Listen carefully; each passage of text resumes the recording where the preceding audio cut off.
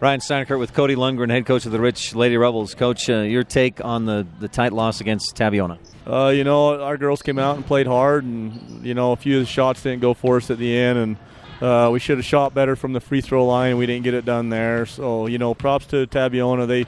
They played us a nice, hard, physical game, and they came out on top. So it's just time to get back in the gym now and get refocused and keep getting better.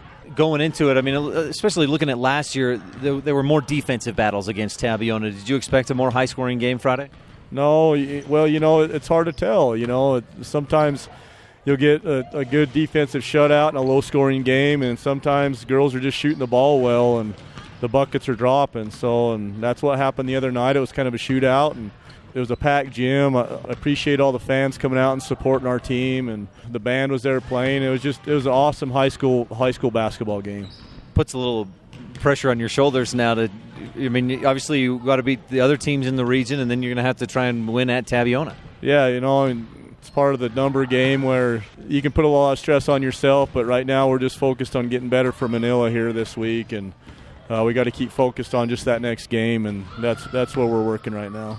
Is there a focus on, getting in shape? Are kids out of shape at all from that Christmas break? We were a little bit, but overall I thought our girls, played pretty hard and got up and down the floor pretty well. So, condition-wise, I thought we were still conditioned pretty well, but this week we only have one game, so we'll have to work on conditioning quite a bit this week.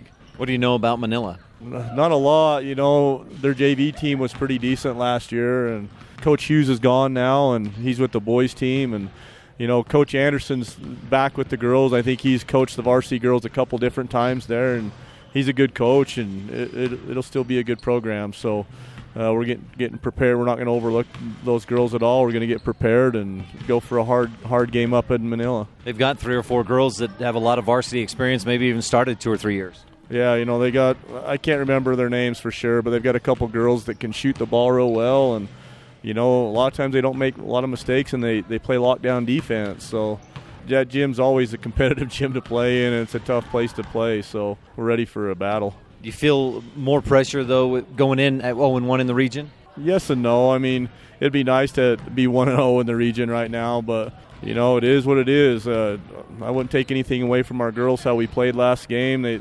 They fought hard, and they battled, and I'm proud of them, and we'll just keep playing and doing the best we can.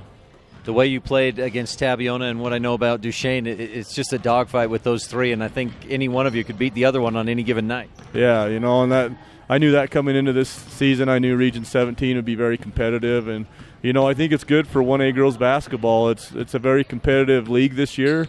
Region 20 has some very strong teams, and Region 17 has some very strong teams, and there's some other teams in those other regions that are good teams too. So it's going to be an exciting year, and the state playoffs are going to be fun. Anything else you want to touch on, Coach? No, thanks for coming by, Ryan. Cody Lundgren of the Rich Lady Rebels, thanks for your time. Best of luck at Manila. Hey, thank you. Appreciate it.